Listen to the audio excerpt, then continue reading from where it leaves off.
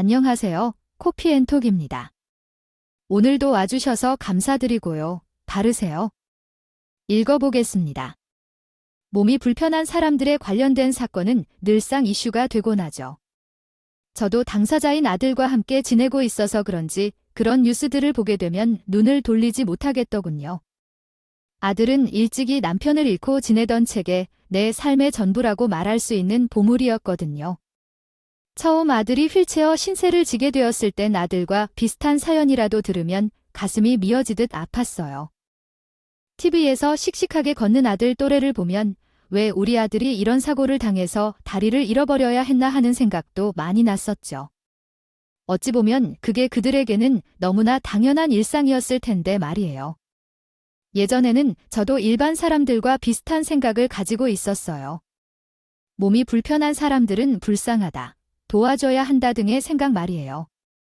하지만 그들은 생각보다 우리의 도움을 필요로 하지 않는 일이 많아요. 모든 것은 정상적인 생활을 할 수 있기에 몸이 불편한 사람들이 불쌍하다고 말하는 사람들의 생각일 뿐이죠. 그랬던 제가 마음을 바꾸게 된 계기는 얼마 전 일어난 엄청난 일 때문입니다. 그 일을 겪으며 엄마인 내가 아들의 문제에 대해 회피하려고 했구나 싶은 생각을 고쳐먹은 순간이기도 했죠. 부모가 되어서 아들의 겪는 힘든 일을 제대로 직시하지 않았다는 것에 대해 너무나 미안해지기도 했어요. 그래서 다짐했습니다. 이제는 두 다리를 잃은 내 아들 일에 대해서는 더 이상 회피하는 생각을 가지지 않기로 말이에요. 우리 아들은 처음부터 다리에 문제가 있거나 몸에 이상이 있는 사람은 아니었어요. 다른 평범한 사람들과 똑같은 일상을 즐기고 열심히 일하면서 돈을 버는 건실한 30대 청년이었죠. 떠난 후로 제 생활을 돌보느라 열심히 일했다는 점이 아마 다른 이유 중 하나가 아닌가 싶습니다. 그렇지만 바로 1년 전의 사고 이후에는 아들의 모습이 달라졌습니다. 사고로 인해 그의 눈에는 이상한 빛이 나기 시작했고 말 한마디 건네기도 어려워졌어요. 그리고 그 일이 있는 지금도 여전히 그의 기억은 뚜렷하게 남아있는 것 같았습니다. 아들의 건강은 제 건강보다 걱정되기 시작했고 그가 무언가를 물고 있지 않을까 하는 생각에 불안함을 느끼기 시작했습니다. 요즘에는 밤에 잠을 청할 때도 삐걱거리는 소리가 들리는 것 같아요. 하지만 그 소리는 내 마음속에서 나오는 것일 뿐일까요? 사실 제 아버지가 하늘로 떠난 이후로 이런 생각이 들 때마다 날이 잘 못 괜찮은 기분이 들어요. 제 남편과 같이 있는 시간을 더 소중히 여길 걸 그랬다고 후회스럽게 여기게 되었습니다. 그러나 이제 와서야 후회해봐야 소용이 없는 일이기에 이제는 아들을 집안에서 느긋하게 돌볼 필요가 있는 것 같습니다. 아들은 여전히 부딪혀서는 안 되는 세상과의 부딪힘을 한 번쯤 느껴봐야 하지 않을까 싶기도 하네요. 아마도 건축 현장의 몇몇 어른들이 그의 신념이 달라진 것을 눈치챘을 겁니다. 하지만 이것은 아들이 자연스럽게 품고 있는 목이자 어른이 되어가는 아들의 성장의 일부라고 생각해 보아야겠어요. 하지만 그로 인해 더 큰 이야기가 펼쳐질까 맞아볼 수는 없겠지요. 아들은 항상 제 곁에 있는 것 같지만 마음속 깊숙이 외로움을 짊어지고 있는 외로운 아이일지도 모르겠네요. 계속해서 마음을 터놓아 줘야만 제 아들이 하늘 위 나의 남편과 함께 나에게로 올 듯해 보여요. 혹시 내게 전해달라고 한 메시지가 있는 건 아닐까? 이제는 그의 손을 잡고 둘이 여행을 떠나고 싶어졌습니다. 이야기를 알려주셔서 감사합니다. 돌아가게 됐거든요. 그때 이후로 친가족 친척들과 조금 다툼이 있었는데 어린 아들에게는 그게 제가 일방적으로 해코지를 당하는 것처럼 느껴졌던 모양이에요. 그래서 큰 소리를 내는 친척들 앞에서 우리 엄마를 괴롭히지 말라며 오히려 어린 아들이 저 대신 어른들에게 반박을 했었고요. 남편을 잃었지만 그런 아들이 있었기에 제가 이날까지 편하게 살아오지는 않았나 싶기도 했습니다. 아무튼 아들은 그 순간부터 불의를 보면 참지 못하는 사람이 된 것 같아요. 특히 자기 주변 사람들이 어려움을 겪으면 신발도 신지 않고 그대로 달려나가서 일을 해결해 주려고 하는 사람이었고 말이에요. 지금 생각해보니 아들이 일을 할 때 다른 건설회사에서 임금이 밀린 적이 있었어요. 대부분은 대금을 계약한 날까지 잘 챙겨졌지만 소문을 들어보니 임금체불로 유명한 회사라고 하더군요. 아들도 처음에는 좋게 넘어가려고 그 회사 사장님에게 잘 이야기를 꺼냈다고 했어요. 하지만 상대방의 뻔뻔함에 가만두서는 안 되겠다 싶은 생각이 들었다며 법정까지 끌고 갔던 일도 있었죠. 그때 아들이 그렇게 나서게 된 것에는 사실 이유가 있었어요. 자신의 임금이요. 어떻게든 쪼아서 받아내면 된다고 생각했지만 건설업에서 종사하시는 분들 중에는 정말로 돈이 급해서 일을 하시는 사람들도 있거든요. 당시 자기 팀으로 있던 한 사람이 그런 부류였고요. 아들은 그 한 사람을 위해서 일해준 회사와 싸우려고 한 거예요. 자신이 어떤 피해를 입게 되는지 생각도 않고 말이에요. 아무래도 이런 면들이 30대 초반에 아들을 소장 자리에 올려놓지 않았나 싶습니다. 아들이 건설 도중 건물전에 깔려서 다리를 절단하게 되는 끔찍한 사고만 당하지 않았더라면 이 대한민국의 아들의 손을 거쳐 올린 건물이 수없이 많았을지도 몰라요.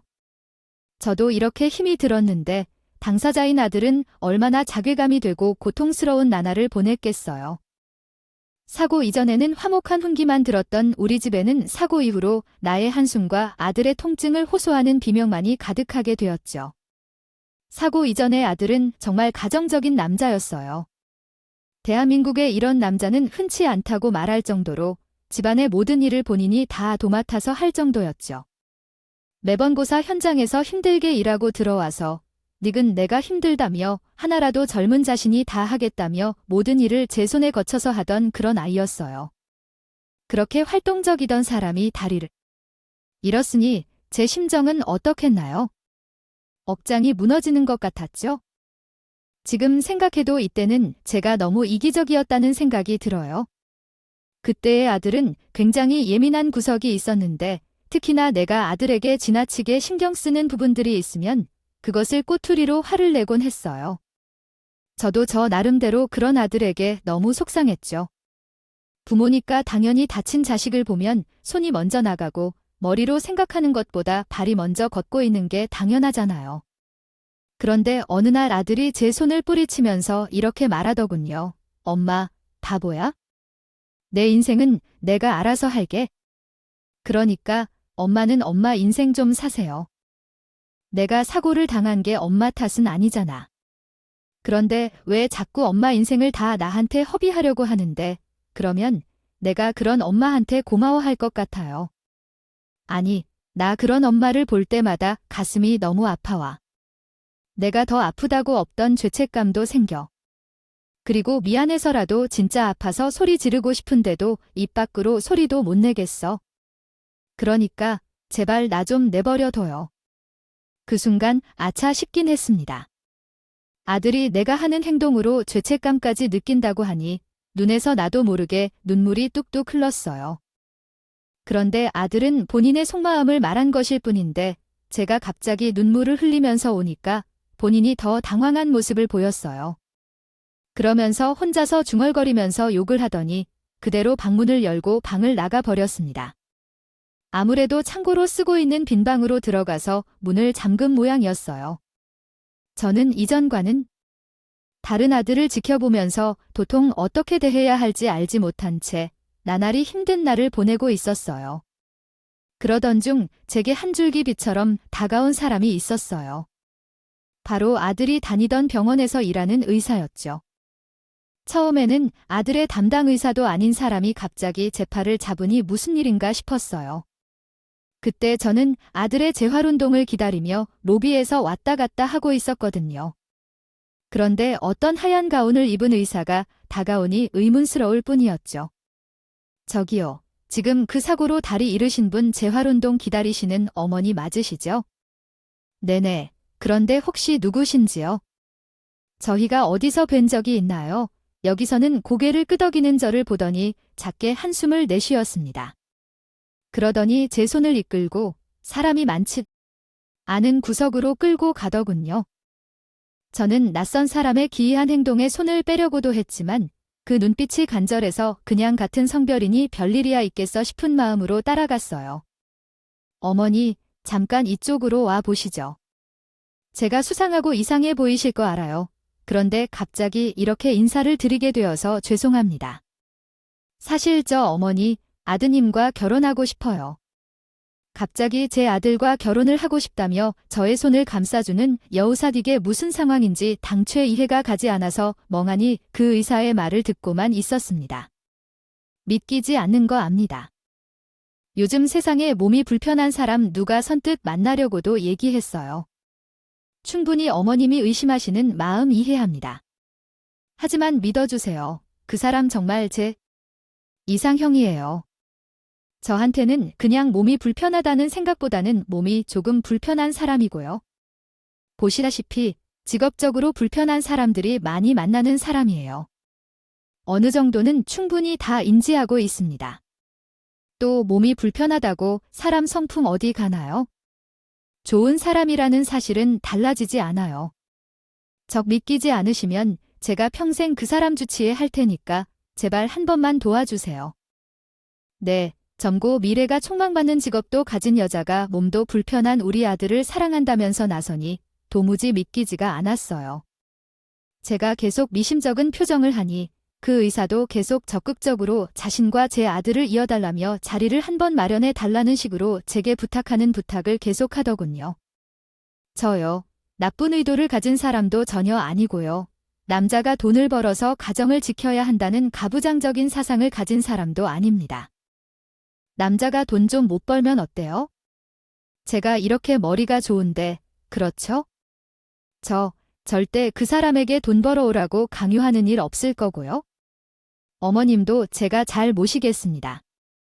물론 지금은 여기 대학병원에서 일하느라 바쁜 시간을 보낼 수도 있어요. 다 응집도 있으니 나를 새고 들어오는 날도 많을 거고요. 하지만 연차만 다 채우고 나면 제 병원 차낼 생각이에요. 그동안 돈도 충분히 벌고 있고요. 절대 그 사람의 능력이나 뭐 그런 거 가지고 좋아하는 거 아닙니다. 그 사람이 가진 남자다운 모습 하나만 보고 결혼해야겠다는 생각이 들었어요. 그러니까 절 한 번만 믿어주세요. 그녀의 눈빛에서 느낀 간절함이 거짓이 아니구나 하는 생각에 알겠다며 고개를 끄덕이고 말았습니다. 제 대답에 그 의사는 눈에 띄게 기뻐하며 자기 연락처라고 명함을 주고 어디론가 다시 사라졌어요. 저는 갑자기 일어난 일에 얼떨떨한 기분이 들었어요. 여자의 똑부러진 태도도 놀랐지만 가장 놀라게 했던 것은 그녀의 결혼 가치관이었죠. 요즘 세상에 여자가 돈을 벌어올 테니 남자는 가만히 집에서 놀아도 된다고 당당히 말하는 사람이 흔치 않습니다. 그런데 여의사는 본인이 이미 돈을 많이 벌어놨고 미래 계획도 이러하니 제 아들과 다리만 놓아주면 자신이 가정을 책임지겠다고 그저 아들의 남자다운 면모에 반했다며 자리를 주선해 달라는 그 의사 당장 믿어도 될지 당황스러웠습니다. 그래서 일단은 아들에게는 말을 안 하고 아들이 병원을 다닐 동안에 주변을 탐색하기로 했어요. 여의사는 주변 평판은 생각보다 나쁘지 않았습니다. 않았어요. 담당하는 환자들에게 절대 거친 말도 안 하고 오히려 정이 많아서 일을 계속할 수 있을까 걱정하는 동료 의사분도 있었고요. 그리고 간호사들에게도 물어보니 정말 괜찮은 선생님이라고 칭찬을 아끼지 않더군요. 그래도 몸을 다친 아이가 이번 일로 마음도 다칠까 싶어 제가 직접 먼저 만나보기로 했습니다. 그 의사와 말이죠. 그 의사도 먼저 나를 만나자는 말에 흔쾌히 시간이 괜찮다며 당장 병원에 있는 카페에서 이야기를 하자고 하더군요. 저는 아들에게 잠시 어디 갔다 오겠다 말한 다음에 그 인사를 만나러 갔어요. 네, 단도직입적으로 묻겠어요. 우리 아들이 대체 어떤 행동을 해서 그쪽이 말한 이 남자다운 모습이라는 걸 좋아하게 된 거예요? 주변 사람들 말로는 아들이 그냥 착하고 심성이 곧다는 말만 하던데 여호사는 제가 그렇게 직접적으로 물을지는 몰랐는지 얼굴에 옅은 홍조를 띠며 제 말에 답했습니다. 사실 저번에 일이 있어서 재활센터에서 잠시 일한 적이 있어요. 그때 아드님을 처음 봤고요. 다리를 잃었음에도 열심히 살아야겠다는 의지가 불타는 눈이 처음으로 제 눈에 들어왔죠. 그때부터였어요. 제가 그를 자세히 관찰하기 시작한 게요. 그러다 하루는 재활을 하던 한 어르신이 곤란한 상황에 놓인 적이 있어요. 노인이 뭐라고 요구를 하는데 그날 하필이면 재활센터 인력이 전부 바쁜 시간이었던지라 제대로 노인의 요구를 들어주지 못했고요. 그걸 보더니 휠체어를 끌고 다가가서 간호사에게 대신 노인의 요구를 전해주더군요. 거기에 있는 그 누구도 하지 않은 일을 당당하게 나서 처리하는 모습이 너무나 와닿았습니다. 그래서 반하게 되었죠. 여우사가 들려준 이야기는 저도 처음 듣는 내용이었어요. 아들은 그렇게 사소한 일은 제게 털어놓지 않았거든요. 그저 오늘도 별일 없었다로 일관했지. 그런 일이 있을 줄은 상상도 못했습니다. 그래서 저는 아들에게 여의사와 만날 자리를 만들어주기로 했어요. 그런데 아들의 대답은 뜻밖이었어요. 그 의사와 만나기 싫다고 하더군요. 자기로 인해서 고생시킬 사람 더 늘리고 싶지 않다면서 말이에요. 아들, 그게 어떻게 고생시키게 만드는 거야? 나는 내가 이렇게 아프다고 해서 너를 봐주는 일이 한 번도 고생스럽다고 생각해 본 적 없다. 내가 지금 다시 일어나기 위해서 얼마나 노력하는지 내가 다 아는데 그걸 왜 너는 높게 평가해주지 않는 거니? 너 못난 사람 아니야. 그러니까 조금은 불편한 너도 좋다며 달려든 사람도 있는 거 아니냐? 아들은 묵묵히 제 말을 들으면서 생각을 좀 해보겠다고 하더니 며칠 지나지 않아 그 의사와 만나보겠다고 하더군요. 물론 아들이 여의사의 첫 만남부터 결혼까지 성사된 것은 아닙니다. 처음 보는 자리에서 끝내 아들이 여의사의 의사를 거부했다고 하더군요. 저한테 말했던 그 이유를 빌미로 말입니다. 하지만 여의사는 제게 걱정 말라며 자신을 받아줄 때까지 노력을 하겠다며 지켜봐달라고 연락이 왔더군요. 정말 고마운 사람이라는 생각을 지울 수 없었습니다. 그렇게 포기를 모르는 여호사는 결국 제 며느리가 되었어요. 처음에 결혼까지는 하지 말자고 난색을 표하던 아들도 며느리가 결혼을 적극적으로 밀어붙이니 헛웃음을 지으며 자신이 결혼을 다 해보네 하면서 웃었어요. 저는 웃음을 되찾은 아들의 모습이 정말 좋았습니다. 그래서 더 며느리에게 잘 대해줘야겠다 생각했고요. 며느리가 우리 집에 들어오고 나서부터는 정말 분위기가 확 밝아졌어요. 매사 긍정적인 에너지가 중요하다며 저와 아들에게도 밝게 사는 방법이라며 함께 하자고 제 이야기도 하고 마시는 외식 한 번이 인생에서 가장 소중하다며 아들과 저에게 맛있는 식사를 대접하기도 했어요. 전과는 달리 점점 밝아지는 아들의 모습에 너무 기뻤습니다. 저는 이 감사함을 어떻게 며느리에게 갚아야 할지 너무 고마워서 정말 모든 걸 다 해주고 싶은 마음이 들었어요. 앞에서도 말했지만 저는 아들이 아프고 난 다음에는 도저히 아들에게 어떻게 맞춰줘야 할지 감이 잡지 못했거든요. 그런데 며느리가 집에 들어오고 나니 바로 아들이 밝아지는 것을 보고 며느리의 행동을 자세히 지켜봤어요. 며느리의 행동은 많은 세월을 살아온 저보다 훨씬 본받을 점이 많았습니다. 며느리는 자기 남편에게 잘하는 것뿐만이 아니라 저에게도 성심성의를 다했어요. 게다가 말이죠. 심성이 고운 며느리는 제가 살던 집도 자신들의 신혼집 근처로 옮겨주며 출근 전마다 제게 문안 인사도 하고 갔어요. 요즘 이런 며느리 어디서 볼 수 있겠어요? 우리가 정말로 복받은 사람이구나 싶었죠. 이런 시간이 반복되니 친해지지 않으려야 할 수가 없더군요. 며느리와 전 둘도 없이 가까운 사이가 돼서 일상의 사소한 것 하나까지 수시로 연락을 주고받는 사이가 되었어요. 아들은 제가 걱정이 되니 하루 있었던 일 아무거나 보내달라고 해도 쉽게 이야기해주지 않았거든요. 오히려 제가 자기 걱정하다가 스트레스 받는다며 절대 본인의 상태를 이야기해주지 않으려고 했어요.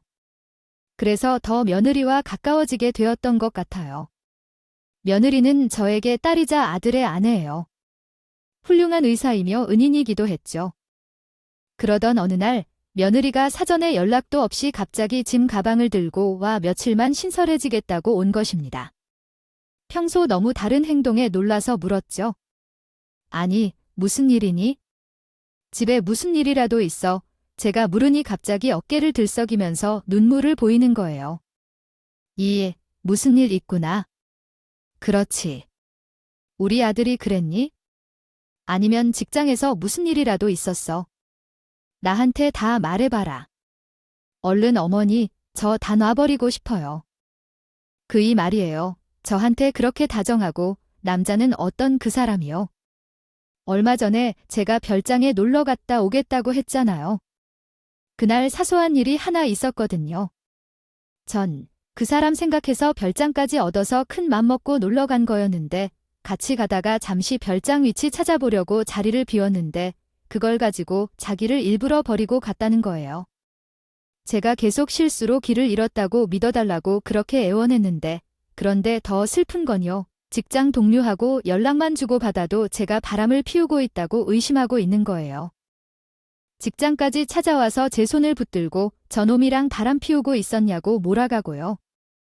저 숨이 막혀서 도저히 그이랑 못 살겠어요. 며칠만 신수지게 해주세요.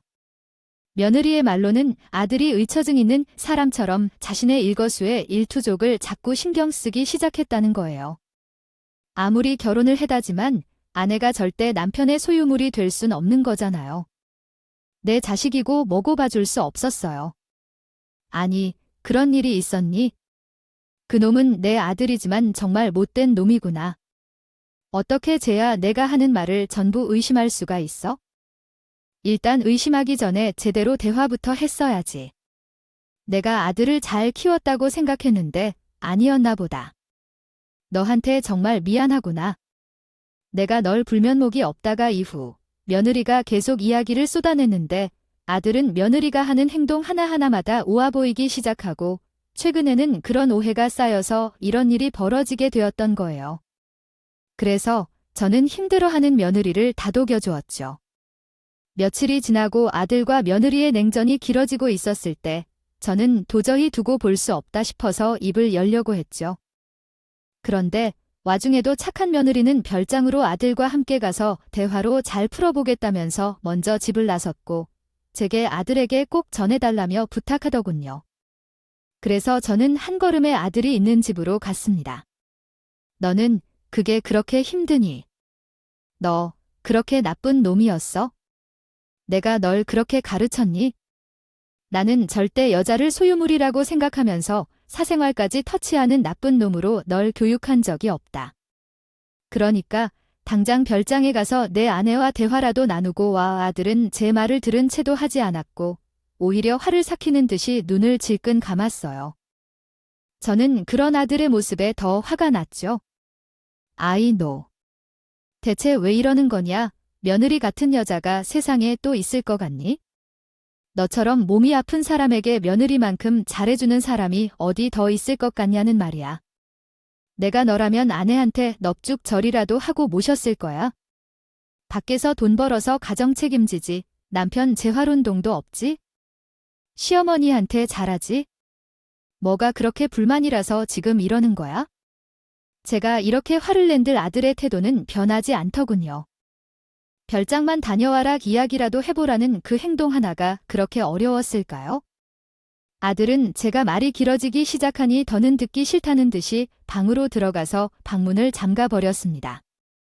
저는 수학도 없이 집으로 다시 터덜터덜 돌아갔죠. 그리고 다음 날 이른 새벽부터 며느리에게 문자가 한 통 와 있더군요. 어머니, 그 사람이 무슨 말을 하든 절대 믿지 마세요. 저 지금 긴급 수술이 생겨서 수술실 들어가는 직전입니다.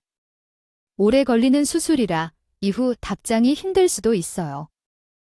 며느리는 문자로 아들이 무슨 말을 해도 믿지 말라고 했지만 그런 며느리의 예상과는 달리 아들은 제게 이런 방구도 없었어요. 그렇게 그날 저녁이 되었고 저는 충격적인 연락을 받게 되었습니다. 안녕하세요. 경찰입니다. 그댁 며느님이 오늘 오후 사고로 사망하셨습니다. 며느리가 사망했다는 충격적인 소식에 제정신을 유지하기 힘들었어요. 낡았던 며느리 하늘에서 우리에게 보내준 하나뿐인 은인이 나이가 세상을 떠났다는 소식에 저는 그 소식에 또다시 아들이 사고를 당했던 그날처럼 절벽이 내 앞을 가로막고 있는 기분이 들었어요. 그리고 번뜩 드는 생각에 경찰에게 급하게 물었습니다. 선생님, 그럼 옆에 있던 사람은요? 이 옆에 몸이 불편한 남자가 타고 있지 않았나요? 그 남자는 어떻게 됐죠? 제 다급한 목소리에 서류를 넘기는 소리가 들리고 잠시간의 정적이 흘렀어요.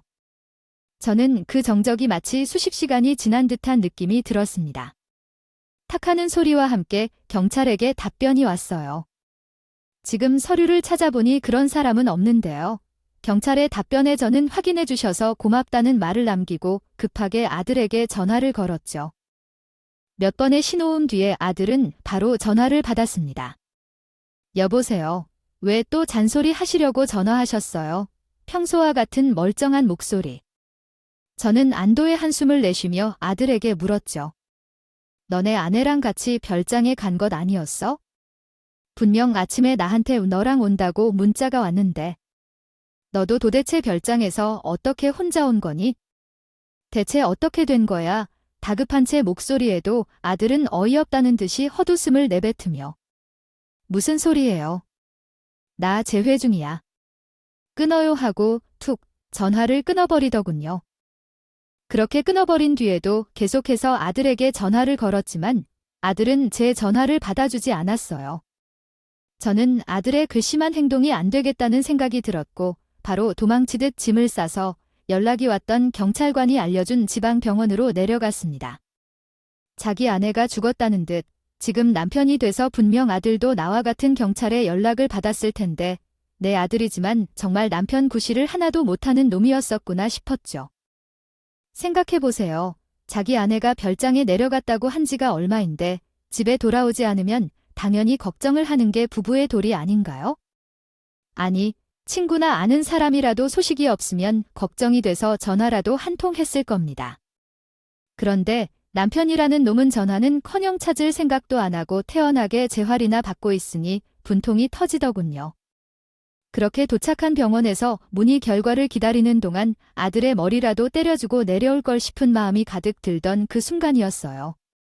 그런데 간호사는 도통 알 수 없는 이야기만 잔뜩 늘어놓는 거예요. 아, 그 교통사고로 돌아가신 분이 그댁 며느리라는 말씀이시죠? 그때 사고로 들어오신 남자분이 같이 있었는데 그럼 아드님이시겠네요. 확인해보니 며느님은 이미 사망 처리가 되었고 아드님은 지금 중환자실에 있어요. 어떻게 면회를 또 가능한지 담당 선생님께 한번 여쭤볼까요? 이 사람이 도무지 무슨 소리를 하는지 이해가 가질 않았습니다. 그러면서 생전 처음 보는 휴대폰을 건네주면서 며느리 거라고 하는 거예요? 아참, 여기 고인이 손에 들고 있던 물건이에요. 사고 현장에서 시신이 핸드폰을 들고 있었다고 하더라고요. 일단 며느님 쉬시는 바로 확인할 수는 있는데 그것부터 먼저 하시겠어요? 우리 며느리 핸드폰이 아닌데 자꾸 며느리의 물건이라고 하니까 일단은 핸드폰을 챙겼습니다. 그리고 시신을 확인해 보겠냐는 말을 당장 그러겠다고 고개를 끄덕였죠. 핸드폰이 이미 며느리 것이 아니니 시신도 다른 사람일 수도 있겠다는 생각이 들었거든요. 그런데 세상은 그리 쉽지 않았습니다. 누워있는 차디차게 식은 시신은 바로 우리 며느리가 맞았거든요. 저는 넋이 나가버린 상태에서 다리에 힘이 풀려서 그 자리에 주저앉았고 주변에서는 저를 걱정하는 사람들이 있었지만 저는 사람들의 말소리가 웅웅거리며 제대로 들리지 않았어요. 지금 제가 생각할 수 있는 것은 며느리가 정말로 죽었구나 하는 진실뿐이었죠. 그때였어요. 저 멀리서 익숙하게 보이는 실루엣이 보인 것이요. 바로 휠체어를 타고 들어온 아들이었습니다. 아들은 유유히 휠체어를 밀면서 복도에서 절 향해서 왔는데 저는 저도 모르게 그런 아들의 가슴을 치면서 한탄을 했어요. 너 왜 그랬니? 너 저렇게 천사 같은 아이를 내가 남편이라면서 평생을 곁에 지켜줄 배필이라면서 그렇게 사이가 좋을 때는 언제고. 내 아내가 가고 시간이 얼마나 지났는데. 그놈의 재활한다고 이제서야 병원으로 와. 내가 그러고도 사람이야. 네가 그러고도 한 사람의 남편이냐 말이야. 절대 아들에게 좋은 말이 나오지 않았죠. 아들은 그런 제 행동에도 별다른 제지를 하지 않았어요. 그저 제가 쏟아내는 원망 섞인 말을 고스란히 듣고만 있었죠. 그러다 아들은 제 손에 힘이 빠지고 쓰러질 것 같았는지 그저 제 손을 마주 잡으며 말하더군요. 이제 다 아셨어요. 이제 다 나 때렸냐고요? 엄마, 자식은 나 아니야? 아내가 엄마 친자식이야. 엄마, 아무리 그래도 내 이야기도 들을 기회를 줘야지. 알아요. 엄마가 이 사람을 얼마나 좋아하고 믿어왔는지. 내가 모를 수가 없지? 그래도 엄마는 몰라요. 내가 그래서 엄마한테는 말도 꺼내지 못했어. 그런데 엄마, 이제는 내 말도 들어줘야지. 일이 이 지경까지 왔는데 적어도 엄마, 아들 말을 한 번은 들어줘야지. 아니다. 내가 말을 말자. 엄마 하나도 몰라. 하나도 모른다고 아들의 태도가 이상했어요. 아들은 며느리가 죽고 없는 지금에서 자신은 억울하다고 말하고 있는 거예요. 저는 일이 어떻게 돌아가는지 몰라서요. 오열하는 아들을 많이 쳐다보고 있을 수밖에 없었어요. 그때 갑자기 아들은 핸드폰을 꺼내서 어디론가 전화를 걸기 시작했어요. 그 핸드폰은 아들의 것이 아니었습니다. 저는 자기 것도 아닌 핸드폰을 꺼내서 어디로 전화를 걸기 궁금했어요. 그런데 아들은 그런 제 궁금증을 풀어줄 심선인지 내 거라고 적힌 발신 번호를 제 눈앞에 들이밀었습니다. 그 순간 제 손에 들려있던 며느리의 핸드폰이라는 물건이 정신없이 울리기 시작했죠. 며느리의 핸드폰의 착신전은 바로 내 사랑지였습니다. 저는 이게 어찌된 영문인지 몰라 핸드폰과 아들을 번갈아가며 쳐다보았어요. 그리고 아들은 씁쓸한 표정을 짓더군요. 엄마, 이게 진실이에요. 이게 지금까지 우리를 속여온 그 사람의 진실이라고요. 제발, 엄마, 아들 좀 믿어주면 안 돼? 언제까지 자기 진짜 식도 아닌 사람만 믿을 건데 저는 그제야 상황이 파악되기 시작했어요. 점점 눈빛이 선명해지기 시작한 것을 아들도 봤는지 그제야 아들은 이제까지 이를 털어놓기 시작했죠. 어머, 그 사람이요. 우리 애 속인 거예요. 지금까지 그 사람 절대 저 사랑하지 않았어요. 불륜이라고 부를 수도 있겠지. 그 사람은 처음부터 작정하고 우리한테 붙었다고요. 그 사람 의사잖아요.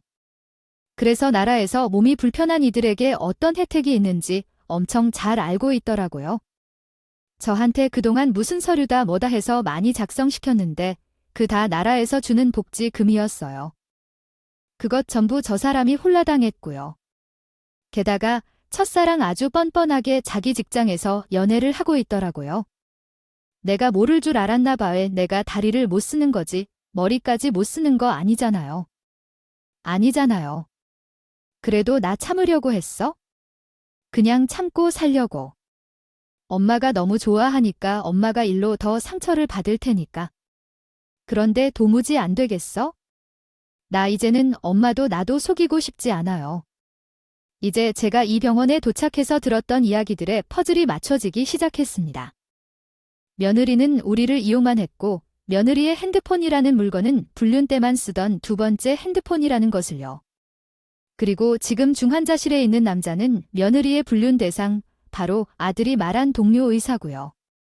그래서 아들은 이제야 이 병원을 찾아올 수 있었던 거예요. 자기한테 연락이 오지 않았으니까요. 아들은 재활 중에 다른 선생님에게 이 소식을 전해 들었다고 했어요. 그래서 급하게 채비를 해서 이렇게 병원에 온 거고 시신을 마주한 직후에 나를 만나게 된 거고요. 그간 저는 며느리에게 속고 지냈던 겁니다. 그저 며느리가 우리 집안의 은인이다. 우리 아들을 너무 사랑한다고 속삭였던 그 눈빛을 진실이라 믿으면서 말이에요. 정말 여기서 멍청한 사람은 저밖에 없더군요. 그런데 여기서 더 충격을 받게 될 진실을 하나 더 알게 되었어요. 감정을 다스리고 잠시 쉬던 아들의 입에서 말이죠. 엄마, 저번에 엄마가 별장으로 찾아가라고 했죠? 내가 거기 왜 안 간다고 했는지 아세요? 나 거기서 진짜 죽을 뻔했어요. 결정이라는 게 산중턱에 있더라. 길은 다 닦여 있었는데 처음에는 자기 동료라면서 한 남자를 데리고 왔는데 그 남자가 나를 끌어주면서 갔어요. 그러다 중간쯤 왔을까 갑자기 휠체어에서 손을 놓더라고. 하마터면 그대로 산에서 굴러 떨어질 뻔했던 게요. 뻔했지만 급하게 세워서 살았어요. 그런데 그 남자가 뭐라고 했는 줄 아세요? 저런 머저리는 여기서 우리 쫓아오지도 못한다니까 그냥 여기다 버려두고 가자. 여기서 살아 돌아오기 힘들걸 하면서 가는데 억장이 무너지더라고요. 그걸 또 아내라는 사람은 좋다고 그 남자 따라서 가버리고요. 그날 정말 목숨을 걸어서라도 집에 돌아가야겠다는 신념으로 왔어요. 그리고 바로 아내한테 전화해서 당장 사과하라고 했어요. 그렇지 않으면 가만두지 않겠다고. 중환자실에 있는 불륜남은 우리 아들을 정말 보낼 심선으로 산중턱에 몸도 성취하는 아들을 두고 갔다는 겁니다. 그걸 죽은 며느리도 동의했고요. 머리가 어지러웠어요. 제가 이렇게 정신이 없는데도 아들의 입은 쉬지 않았어요. 그런데 아내가 뭐라고 했는지 아세요? 마음대로 하래요. 제 말은 이제 아무도 믿어주지 않을 거라고요. 처음에는 엄마한테 정말 말하려고 했어요. 그런데 그날 엄마가 찾아와서 나한테 하는 행동을 보니 도저히 입이 떨어지지 않더라고요.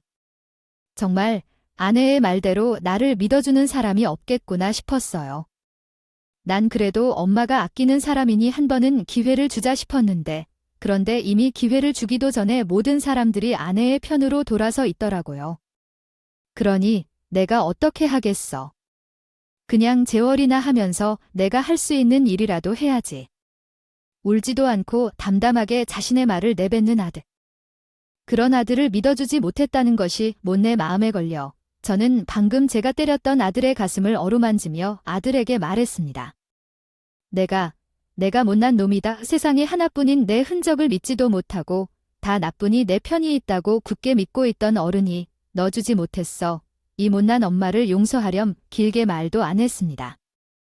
아들을 믿어주지 못한 곳을 변명하고 싶지 않았거든요. 제가 아들을 어루만지며 달래주자 그제야 아들도 눈물을 보이기 시작하더군요.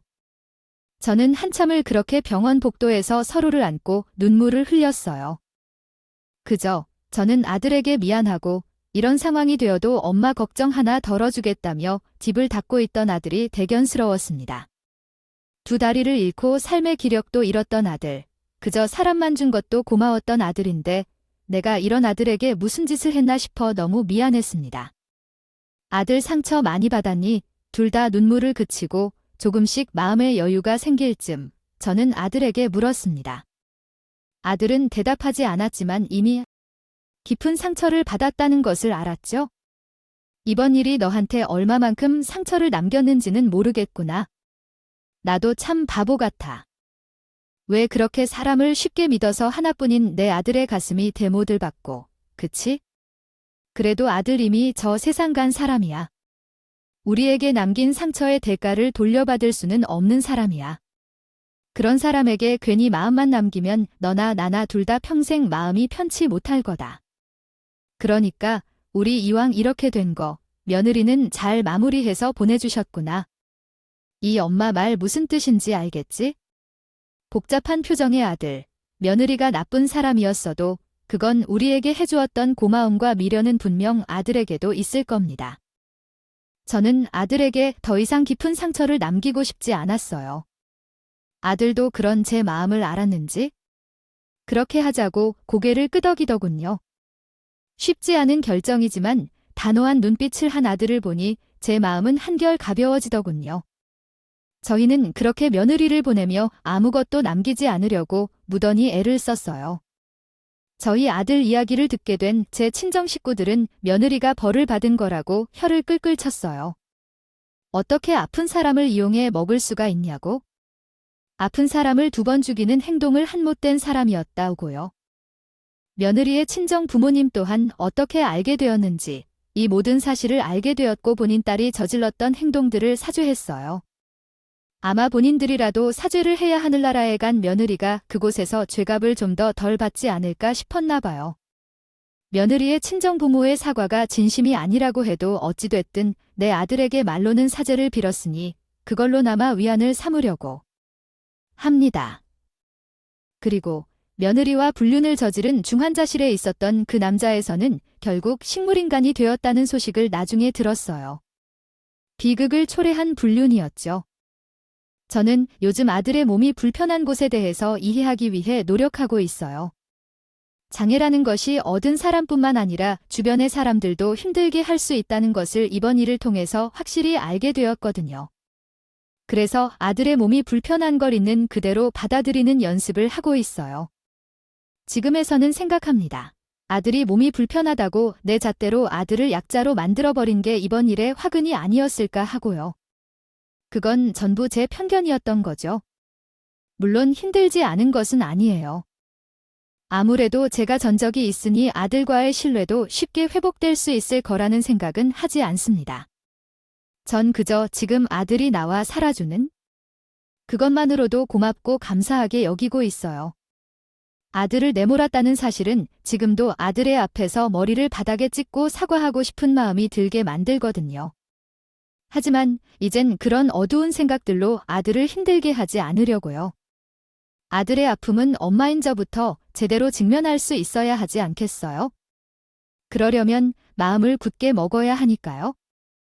그래서 전 전하고 싶어요. 나처럼 같은 아픔을 겪고 있거나 갑자기 일어난 사고로 몸이 불편한 걸 얻은 사람들이 제 이야기를 보게 된다면요. 몸이 불편하다라는 것은요 결코 약점이 아니라고 말씀드리고 싶어요. 그리고 모두가 이 사실을 잘 이해하고 알아주는 세상이 왔으면 하는 작은 바람을 말씀드리고 싶습니다. 제 어리석고 모자란 인생 이야기에 경청해 주셔서 감사합니다. 늘 행복하시길 바라겠습니다.